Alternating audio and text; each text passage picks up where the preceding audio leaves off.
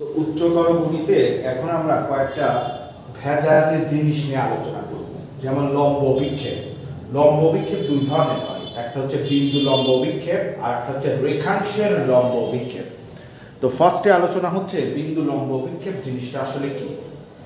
সেটা হলো একটা সরল রেখার উপর যদি আমরা এরকম করে একটা লম্ব টানি, সেই লম্বটা হচ্ছে এ বি। তো এ বি লম্বের এই যে বি বিন্দুটা আর এই যে এ বিন্দুটা, এখানে এ বিন্দুটাকে বলা হয় আদি বিন্দু, আর যে বিন্দুটা ভূমির সাথে যুক্ত হয়েছে সেটাকে বলে হচ্ছে পাদ বিন্দু। তো এখন এই বি বিন্দুটি হলো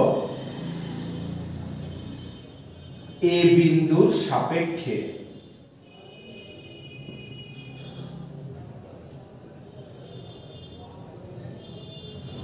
বিন্দু লম্ব বিক্ষেপ।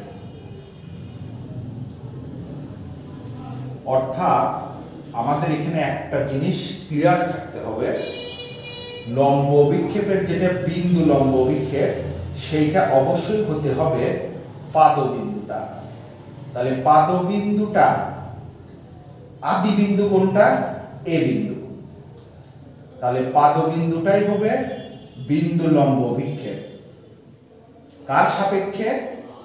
আদি বিন্দু অর্থাৎ এ এর সাপেক্ষে। এখানে যদি বলা হয় যে এই যে বিটা যে বিন্দু লম্ব বিক্ষেপ, এটা দৈর্ঘ্যটা আসলে কত, আমরা জ্যামিতির বেসিক সেন্স কিন্তু থেকে জানি যে বিন্দুর দৈর্ঘ্যটা কত হয়? 0।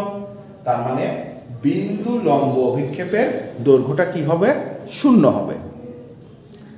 এখন রেখাংশের লম্ব বিক্ষেপ আলোচনা করার জন্য আমরা যদি এই চিত্রটা ফলো করি, এই মাথা থেকে এই মাথায় এইটুকু হচ্ছে একটা সরল রেখা এবং তার একটা অংশ হচ্ছে রেখাংশ।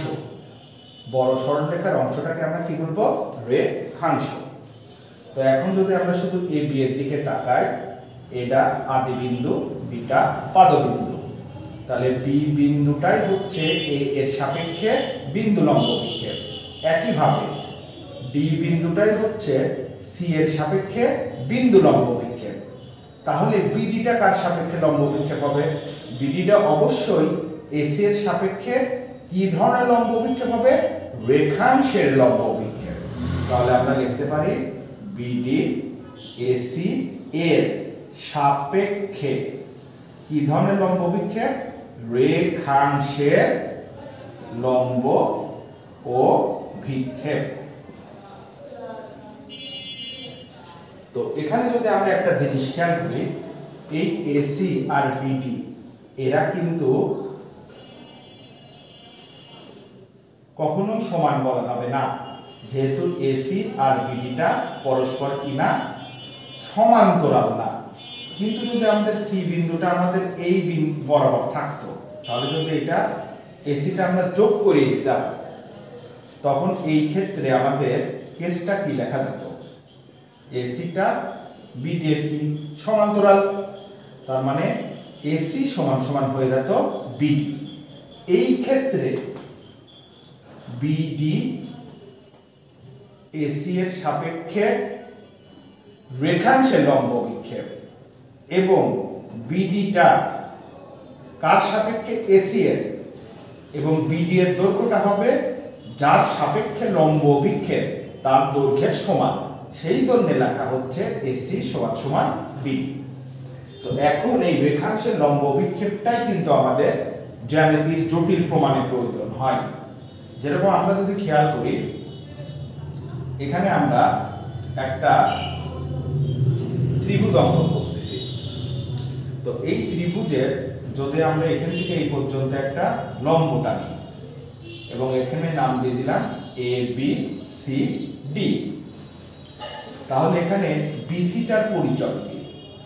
এটা কিন্তু একটা রেখাংশের লম্ব বিক্ষেপ। কার সাপেক্ষে? এ বি এর সাপেক্ষে।